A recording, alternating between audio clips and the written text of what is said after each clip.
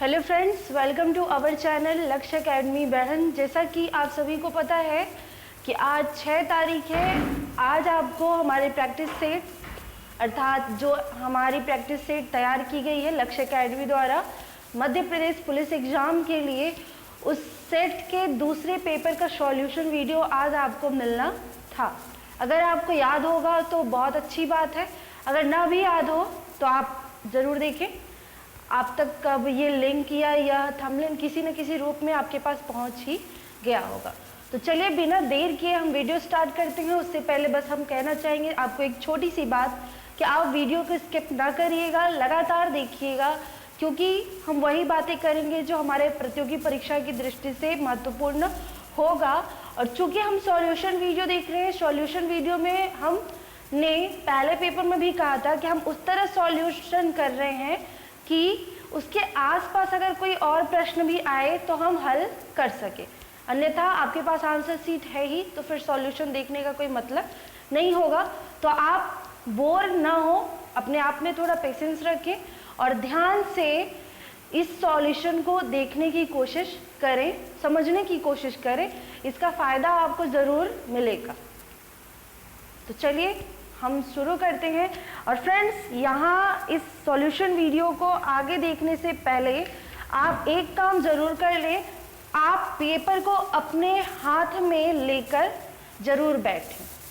अपने पास इस पेपर की हार्ड कॉपी लेकर बैठें, तभी आपके लिए ज़्यादा सही होगा या ज़्यादा सही तरीके से आपको इसका लाभ प्राप्त होगा। जैसा कि फ्रेंड्स हमने यहाँ लिया हुआ है, ये पेपर हमारा प्रैक्टिस सेट का दूसरा पेपर है। ये 100 प्रश्न है, इसमें एमपी पुलिस एग्जाम के सिलेबस के अनुसार यह तैयार है। इसके सॉल्यूशन पर आज हम सभी बातचीत करेंगे। तो फ्रेंड्स, पेपर आपको कैसे मिलेगा, अगर आपको अभी तक नहीं मिला है तो इसके लिए एक अलग से वीडियो है, आप उसको ज़रूर देखिएगा, समझिएगा और कोशिश करिए कि ये पेपर आप ले लें। बहुत महंगी नहीं है। अगर आप वास्तव में एमपी पुलिस के एग्ज़ाम के लिए सीरियस हैं, उस एग्ज़ाम को पास करना चाहते हैं तो आप ज़रूर करें, ये आपके लिए बहुत लाभदायी होगा।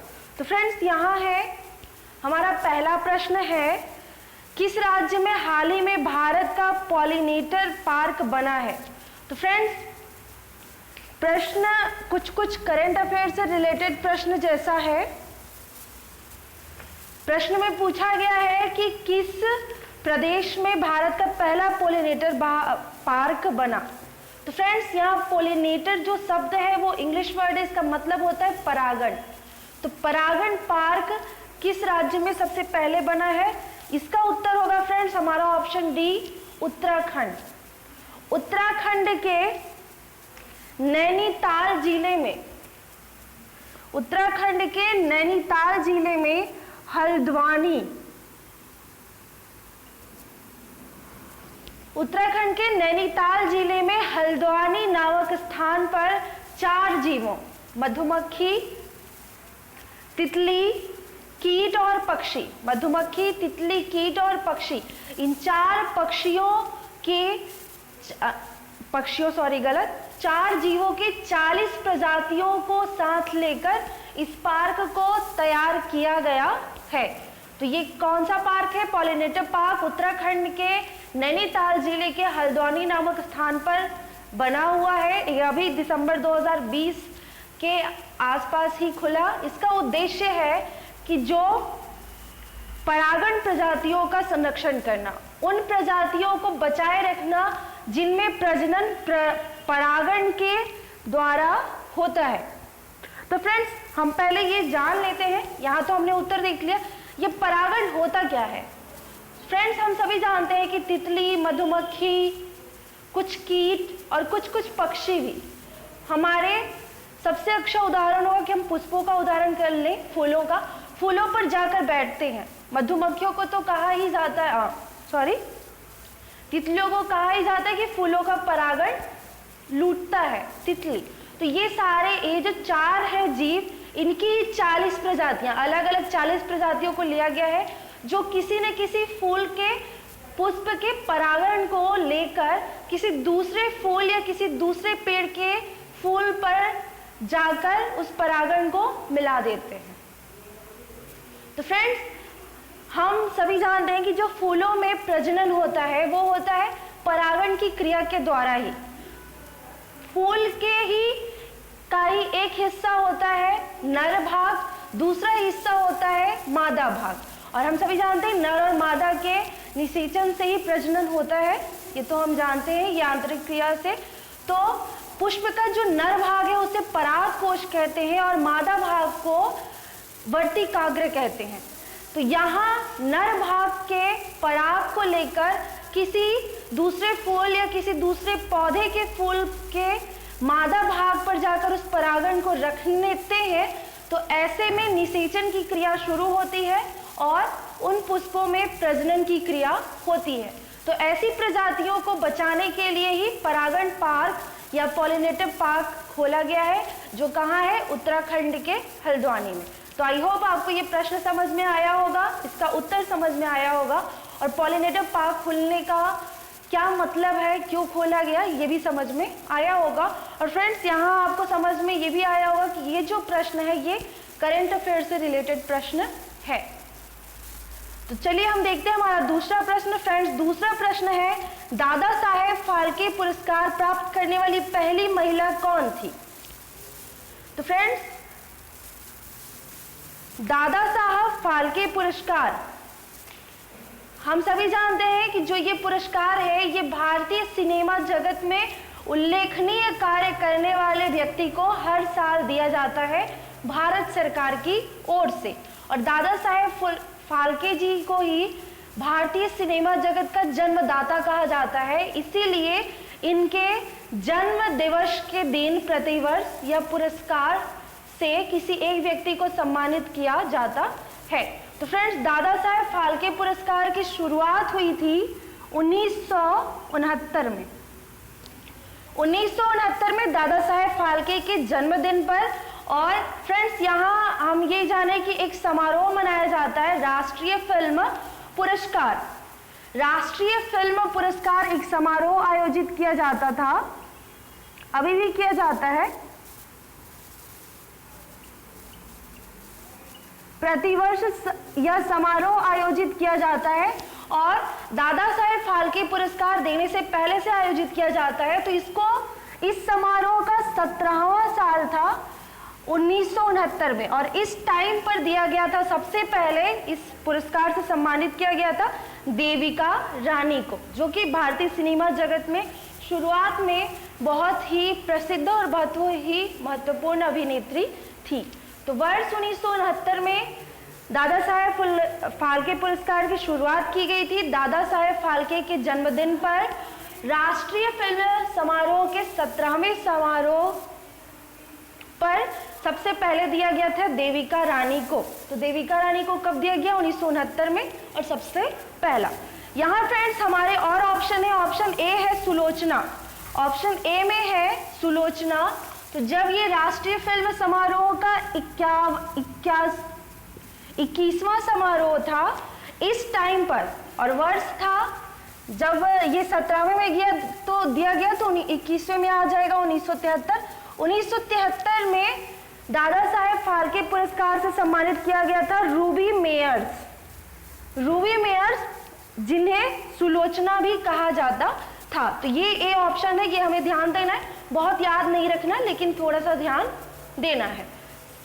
बी ऑप्शन है कानन देवी। तो कानन देवी को 1976 में दिया गया था। सी ऑप्शन में है दुर्गा खोटे, इन्हें 1983 में दिया गया था दादा साहेब फाल्के पुरस्कार। और डी ऑप्शन, जो कि हमारा सही उत्तर है, 1969 में, अर्थात सबसे पहले दिया गया था। एक चीज और फ्रेंड्स, दादा साहेब फाल्के पुरस्कार से जिसे सम्मानित किया जाता है उसे मिलता क्या है? तो उसे 10 लाख रुपए की राशि और एक स्वर्ण कमल प्राप्त होता है। और यहाँ से एक चीज और हमें ध्यान दे लेना चाहिए या याद रख लेना चाहिए कि 2020 का दादा साहेब फाल्के पुरस्कार किसे मिला? तो वो मिला है रजनीकांत जी को, जो कि दक्षिण भारतीय सिनेमा के भगवान माने जाते हैं। और फ्रेंड्स, इनका जो पूरा नाम है वो है शिवाजी राव गायकवाड़। रजनीकांत जी का पूरा नाम शिवाजी राव गायकवाड़। इन्हें वर्ष 2020 का दादा साहेब फाल्के पुरस्कार दिया गया, अर्थात इन्हें 10 लाख रुपए और एक स्वर्ण कमल मिला होगा। तो आई होप आपको दूसरे प्रश्न के आसपास के डाउट और ये प्रश्न का सॉल्यूशन आपको समझ में आया होगा। अगर कोई डाउट रह भी जाता हो तो आप कमेंट करके हमें जरूर बता दें। तीसरा प्रश्न है फ्रेंड्स, अंतर्राष्ट्रीय न्यायालय में न्यायाधीशों की संख्या। तो फ्रेंड्स हम सबसे पहले यही जान लेते हैं कि अंतर्राष्ट्रीय न्यायालय क्या है। तो फ्रेंड्स आपने एक संघ का नाम सुना होगा, संयुक्त राष्ट्र संघ। तो फ्रेंड्स संयुक्त राष्ट्र संघ हमारी प्रतियोगी परीक्षाओं के लिए यह एक विशेष विषय होता है। संयुक्त राष्ट्र संघ, इसके बारे में जानना, इसके बारे में समझना, इनके प्रश्नों को याद करना हमारे लिए होता ही है। तो आपने जरूर ये नाम सुना होगा संयुक्त राष्ट्र संघ। उसके 5 प्रमुख अंग होते हैं, उसमें से एक उन 5 जो अंग है प्रमुख, उनमें से एक अंग है अंतर्राष्ट्रीय न्यायालय। तो फ्रेंड्स ये है अंतर्राष्ट्रीय न्यायालय। ये जो इसका जो मुख्यालय है वो है नीदरलैंड देश है, नीदरलैंड के हेग में स्थित है इसका मुख्यालय। नीदरलैंड के हेग नामक स्थान पर पीस महल है, वहां पर शांति महल कहे या पीस महल, उस महल में स्थित है अंतर्राष्ट्रीय न्यायालय का मुख्यालय। तो ये आप जरूर ध्यान रखें। अंतर्राष्ट्रीय न्यायालय को इंग्लिश में कहे तो इंटरनेशनल कोर्ट ऑफ जस्टिस, तो इसे शॉर्ट में आईसीजे भी कहा जाता है, ये ध्यान रखें आप। और इसकी स्थापना हुई थी फ्रेंड्स 26 जून 1945 को, और इसकी जो प्राधिकृत भाषा है वो है अंग्रेजी और फ्रांसीसी। अंग्रेजी और फ्रांसीसी इसकी 2 अधिक प्राधिकृत भाषाएं हैं। इसकी स्थापना 26 जून 1945 को हुई, नीदरलैंड के हैग में पीस महल में स्थित है। इसके सदस्य देश हैं फ्रेंड्स, इस न्यायालय से जुड़े हुए 193 देश हैं। और एक चीज और जो इसके बारे में हमें जानना होगा, यहाँ जो हमारा प्रश्न भी है कि अंतर्राष्ट्रीय न्यायालय में न्यायाधीशों की संख्या कितनी है। तो फ्रेंड्स अंतर्राष्ट्रीय न्यायालय के बारे में हमने अब तक जाना, इसमें जो न्यायाधीश होते हैं, क्योंकि अगर अदालत है तो वहां जजों के बिना तो कोई काम होगा नहीं, तो जज होंगे, तो जजों की संख्या होती है 15। तो फ्रेंड्स हमारे प्रश्न का सही उत्तर हो जाएगा ऑप्शन बी। अंतर्राष्ट्रीय न्यायालय में न्यायाधीशों की संख्या 15 है फ्रेंड्स, और इनको चुनता कौन है, तो ये चुने जाते हैं संयुक्त राष्ट्र महासभा और सुरक्षा परिषद। हमने भी कहा कि संयुक्त राष्ट्र संघ के 5 प्रमुख अंग हैं, तो उसमें से संयुक्त राष्ट्र महासभा, सुरक्षा परिषद ये 2 अंग हैं, अंतर्राष्ट्रीय न्यायालय ये तीसरा अंग है, 2 और अंग है। तो ये तो जब हम संयुक्त राष्ट्र संघ को पढ़ेंगे तो बहुत ज्यादा पढ़ेंगे, यहाँ सिर्फ इतना जाने। तो अंतर्राष्ट्रीय न्यायालय में जो 15 न्यायाधीश होते हैं उनका चुनाव संयुक्त राष्ट्र महासभा और सुरक्षा परिषद ये दोनों मिलकर करते हैं। इन दोनों में ही जिससे सर्वाधिक मत प्राप्त होंगे वो यहाँ का न्यायाधीश चुना जाएगा। और फ्रेंड्स अगर यहाँ जजों की संख्या बनी रहे, कोई विकृति ना हो, संख्या घटे ना, तो हर 3 साल में 1/3 सदस्यों का चुनाव किया जाता है।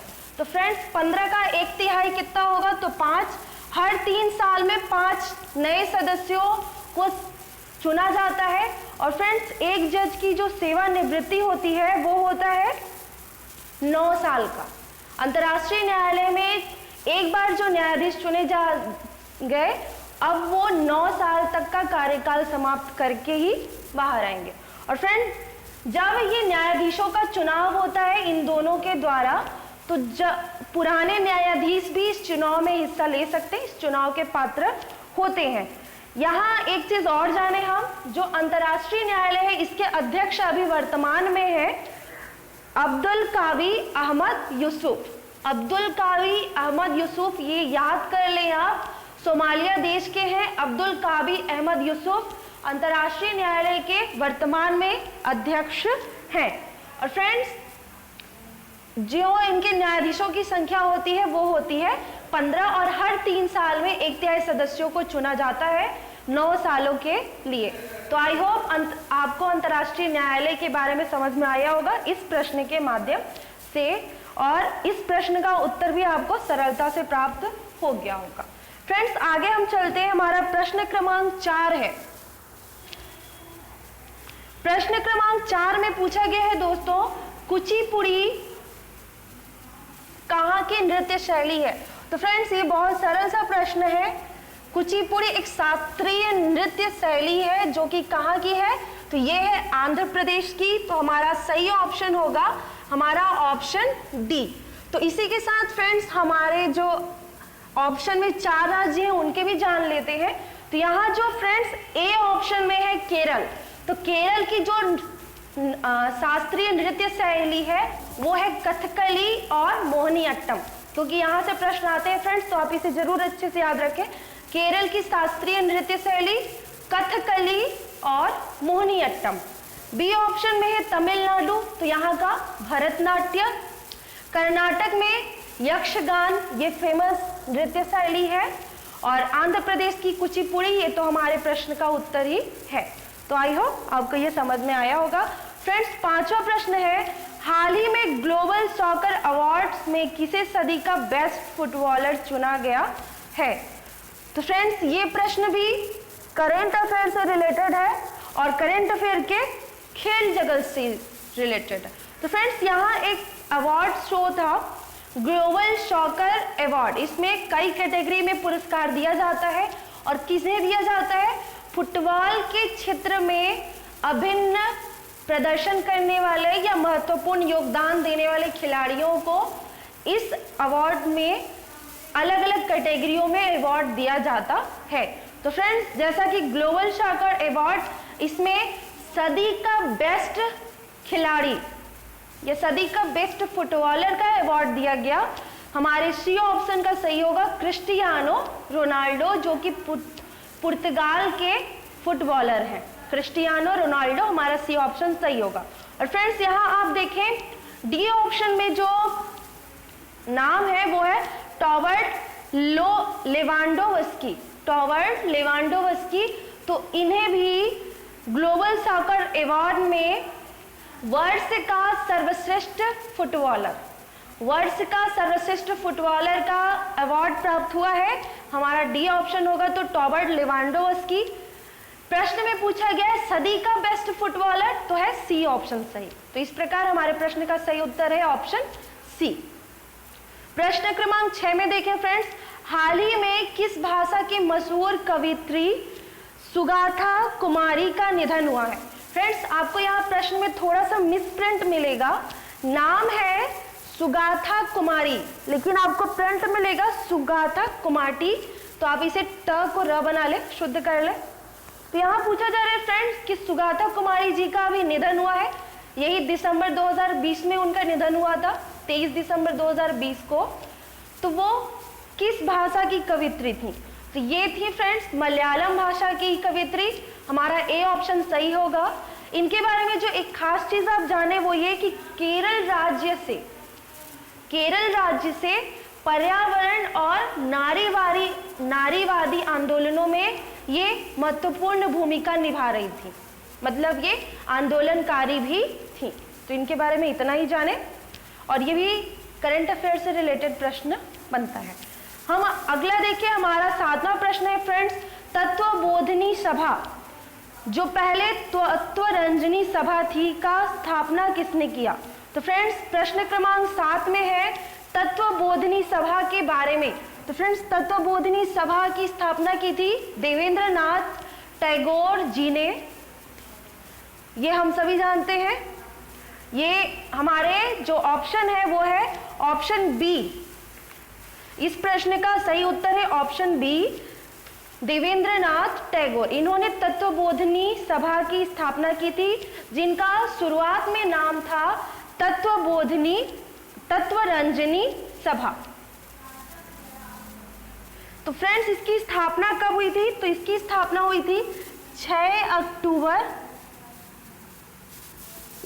1839 को कलकत्ता में। 6 अक्टूबर 1839 को कलकत्ता में देवेंद्रनाथ टैगोर जी ने तत्वरंजनी सभा की स्थापना की थी, जिसका बाद में नाम बदलकर तत्वबोधिनी सभा कर दिया गया था। तो फ्रेंड्स यहाँ एक और ध्यान देना है कि तत्वबोधिनी सभा ब्रह्म समाज से टूटकर अलग हुए कुछ लोगों ने मिलकर स्थापित किया था, अर्थात ब्रह्म समाज से अलग होकर। और फिर फ्रेंड्स कुछ समय बाद सन 1839 में तत्वबोधिनी सभा की स्थापना हुई थी। 1859 में तत्वबोधिनी सभा फिर से ब्रह्म समाज में जाकर मिल गई। और ब्रह्म समाज की स्थापना किसने की थी, ये हम अभी आगे जानेंगे। तो फ्रेंड्स इतना ये रहा तत्वबोधिनी सभा के बारे में। यहाँ से फ्रेंड्स या यहाँ से जो प्रमुख लोग थे उन्होंने एक पत्रिका भी संपादित की थी, तत्वबोधिनी पत्रिका।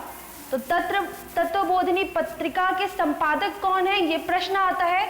तो इसका उत्तर होगा अक्षय कुमार दत्त। तत्वबोधिनी पत्रिका के संपादक कौन थे, अक्षय कुमार दत्त। तत्वबोधिनी सभा की स्थापना की थी देवेंद्रनाथ टैगोर ने, और इसके बारे में हमने अभी जाना। फ्रेंड्स ए ऑप्शन में देखिए आपको लिखा हुआ मिल रहा है राजा राम मोहन राय। ए ऑप्शन में है राजा राम मोहन राय। तो फ्रेंड्स इन्हें आधुनिक भारत का जनक कहा जाता है। राजा राम मोहन राय जी को आधुनिक भारत का जनक कहा जाता है, ये आप अच्छे से नोट कर लें और याद रखें। और फ्रेंड्स ब्रह्म समाज की स्थापना राजा राम मोहन राय ने की थी। ये तो बहुत पॉपुलर प्रश्न है, शायद आपको याद भी होगा। राजा राम मोहन राय ने ब्रह्म समाज की स्थापना की थी और इसी से 1839 में कटकर एक नई सभा बनी थी, तत्वबोधिनी सभा। तो ये आप ध्यान रखिएगा। फ्रेंड्स बी ऑप्शन तो हमारा सही उत्तर ही है, देवेंद्रनाथ टैगोर। सी ऑप्शन में है केशव चंद्र सेन। तो फ्रेंड्स केशव चंद्र सेन को एक संज्ञा दी गई थी ब्रह्मानंद। तो ये आप ध्यान दीजिएगा, केशव चंद्र सेन जी को ब्रह्मानंद भी कहा जाता था। और इन्होंने 1866 ईस्वी में एक समाज की स्थापना की थी, उसका नाम था भारतवर्षीय ब्रह्म समाज। ये भी शुरुआत में ब्रह्म समाज से जुड़े हुए थे और उससे अलग होकर देवेंद्रनाथ टैगोर जी से इनके विचार मेल नहीं खाते थे। इसी टकरार और मतभेद के कारण एक समय बाद वर्ष 1866 ईस्वी में केशव चंद्र सेन जी ने एक नए समाज की स्थापना की, जिसका नाम था भारतवर्षीय ब्रह्म समाज। और डी ऑप्शन में देखिए फ्रेंड्स, यहाँ डी ऑप्शन में एक नाम है, वो नाम है आनंद मोहन बोस। तो आनंद मोहन बोस ने छात्र समाज की स्थापना की थी 1879 में, ये आप याद रखिए बस। तो यहाँ हमने चारों ऑप्शन में से कुछ ना कुछ जाना। आई होप आपको समझ में भी आया होगा और इम्पॉर्टेंट तो है ही फ्रेंड्स, इसे जरूर इम्पॉर्टेंट माने। तो इस तरह हमारा प्रश्न क्रमांक 7 कंप्लीट होता है और सही ऑप्शन तो हम आंसर शीट से भी मिला लेंगे, हमारा सी ऑप्शन सही है। आगे देखते हैं फ्रेंड्स, हमारा प्रश्न क्रमांक 8 है, सूर्य के सबसे निकट का ग्रह है, ग्रह कौन सा है। फ्रेंड्स हमने पिछले पेपर के सॉल्यूशन में भी एक ऐसा ही कोई प्रश्न था, तो हमने आपको क्रम बताया था कि यहाँ सूर्य है, सूर्य के बाद ग्रहों का जो क्रम है बुध, शुक्र, पृथ्वी, मंगल, बृहस्पति, शनि, अरुण, वरुण, ये ग्रहों का क्रम है। तो प्रश्न में पूछा गया है कि सबसे निकट कौन सा ग्रह है। तो सूर्य के सबसे निकट कौन सा होता है फ्रेंड्स, बुध। तो हमारा सही उत्तर हो जाएगा बुध, जो कि ऑप्शन बी में है। हमने आपको पिछली बार भी कहा था कि ये क्रम जरूर नोट कर लीजिएगा और याद भी कर लीजिएगा। अब भी फिर से कह रहे हैं, आप ये क्रम जरूर याद रखिएगा। इस क्रम से हम कई सारे प्रश्नों को हल कर लेते हैं। अगला देखिए, प्रश्न क्रमांक 9 है, सबसे तेजी से बढ़ने वाला पौधा कौन सा है। तो फ्रेंड्स सबसे तेजी से बढ़ने वाला पौधा है हमारा ऑप्शन सी है, यूकेलिप्टस। फ्रेंड्स इसके बारे में जो खास बात है वो ये है कि फ्रेंड्स इसे भूमिगत जल का दुश्मन कहा जाता है। इस पेड़ को भूमिगत जल का दुश्मन कहा जाता है। क्यों? क्योंकि यह भूमिगत में जो जल है, भूमिगत स्तर में जो जल है बहुत गहराई तक जाकर और बहुत अधिक मात्रा में जल को अवशोषित करता है और वातावरण में वाष्प के रूप में छोड़ देता है। तो इसीलिए इसे भूमिगत जल का दुश्मन कहा जाता है, क्योंकि ये भूमिगत में जो जल है उसके स्तर को कम करता है। तो इस प्रश्न का सही उत्तर है हमारा ऑप्शन सी, यूकेलिप्टस। फ्रेंड्स, यहाँ जो हमारा ए ऑप्शन है उसको भी देखिए, तो वहाँ ए ऑप्शन में है सुपारी। सुपारी के बारे में जो हमें जानना है वो ये है कि यह अरेका कटेजू, अरेका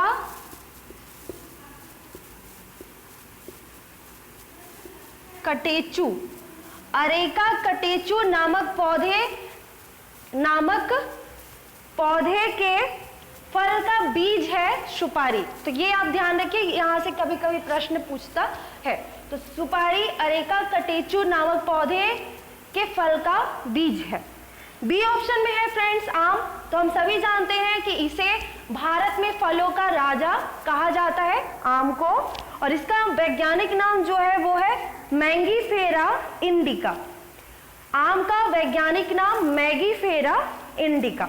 और डी ऑप्शन में है फ्रेंड्स नारियल। तो नारियल के बहुत सारे औषधीय गुण हैं हमारे त्वचा, शरीर के आंतरिक हिस्सों के लिए भी। बस ये तो ये रहा हमारा प्रश्न क्रमांक 9। अब आते हैं हम हमारे 10वें प्रश्न में। भारत का 29वां राज्य तेलंगाना किस राज्य से पृथक करके बनाया गया है? तो फ्रेंड्स, ये करेंट अफेयर्स से भी रिलेटेड प्रश्न है और अब धीरे धीरे ये जीएस का भी प्रश्न हो जाएगा। तो इसका सही उत्तर होगा फ्रेंड्स हमारा ऑप्शन बी, आंध्र प्रदेश। आंध्र प्रदेश से अलग होकर भारत का 29वां राज्य बना है तेलंगाना, जिसकी राजधानी बन गई है हैदराबाद। 2014 में बना था, आपको ये पता होगा। तो फ्रेंड्स, हम सभी जानते हैं कि आंध्र प्रदेश की राजधानी हैदराबाद थी, जो कि अब तेलंगाना में चली गई। तो अब आंध्र प्रदेश की राजधानी जो बनेगी वो है अमरावती। लेकिन 10 सालों के बाद 2031 से आंध्र प्रदेश की राजधानी होगी अमरावती। अभी 2030 तक आंध्र प्रदेश की और तेलंगाना की दोनों की ही राजधानी है हैदराबाद। तो ये आप ध्यान रखिएगा। यहाँ फ्रेंड्स जो ए ऑप्शन है कर्नाटक, कर्नाटक के बारे में अगर हम थोड़ा बहुत जान लेते हैं, क्योंकि यहाँ ऑप्शन दिया हुआ है। हमने आपको पिछले सॉल्यूशन में भी ऐसे किसी एक प्रश्न के लिए कहा था कि आप भारत के सभी राज्यों और उनकी राजधानियों के नाम को जरूर याद रखें। तो ऐसा जहाँ भी मौका है तो हमें याद भी करना चाहिए, रिवीजन भी करना चाहिए और याद तो जरूर कर लेना है। तो फ्रेंड्स, ए ऑप्शन में है कर्नाटक। इसकी स्थापना हुई थी 1 नवंबर 1956 राज्य पुनर्गठन अधिनियम के तहत, और कर्नाटक का पुराना नाम था मैसूर। इसे आप याद रखिएगा, ये प्रश्न कई बार हमसे पूछा जाता है। बी ऑप्शन में तो अब हमारा जो अभी हमने लिखा आंध्र प्रदेश सही उत्तर है। यहाँ से तेलंगाना अलग राज्य बना है। एक फ्रेंड्स और चीज जाननी है यहाँ से कि आंध्र प्रदेश भाषा के आधार पर गठित होने वाला पहला राज्य है। सी ऑप्शन में है फ्रेंड्स ओडिशा। यहाँ हमें जो ऑप्शन मिला है वो इस तरह से लिखा है, आप ध्यान दें, ओडिशा।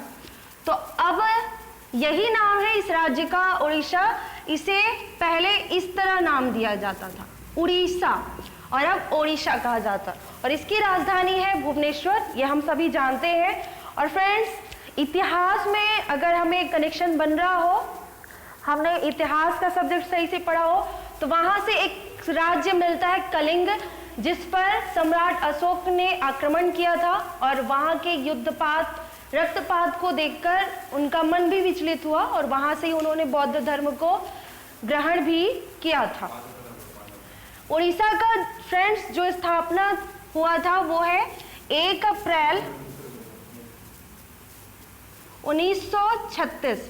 उड़ीसा की स्थापना 1 अप्रैल 1936 को हुई थी। इसीलिए प्रतिवर्ष 1 अप्रैल को उत्कल दिवस या उड़ीसा दिवस के रूप में मनाया जाता है। तो ये ध्यान रखना है, 1 अप्रैल को उत्कल दिवस या उड़ीसा दिवस के रूप में मनाया जाता है। और फ्रेंड्स, उड़ीसा में ही विश्व का सबसे लंबा मिट्टी का बांध है, हीराकुंड बांध। ये हमें जरूर याद रखना है। अगला है फ्रेंड्स डी ऑप्शन में तमिलनाडु। तो इसका पुराना नाम मद्रास प्रांत था। मद्रास प्रांत को 1968 में नाम बदलकर तमिलनाडु किया गया, जहां तमिल भाषा प्रमुख भाषा है। और तमिलनाडु का शाब्दिक अर्थ निकाले तो होता है तमिलों का घर या तमिलों का देश। फ्रेंड्स हम आते हैं हमारे अगले प्रश्न में। प्रश्न क्रमांक है 11। प्रश्न क्रमांक 11 में है कि भारतीय संविधान के किस संशोधन द्वारा प्रस्तावना में 2 शब्द समाजवादी और धर्मनिरपेक्ष जोड़े गए हैं। तो फ्रेंड्स ये संविधान से संबंधित प्रश्न है, हमारा 11वां प्रश्न होगा। तो अब हम इसे अगले वीडियो में सॉल्व करेंगे। आज के लिए अभी के इस वीडियो के लिए बस इतना ही। आपको कैसा लगा सॉल्यूशन कमेंट करके हमें जरूर बताएं। धन्यवाद।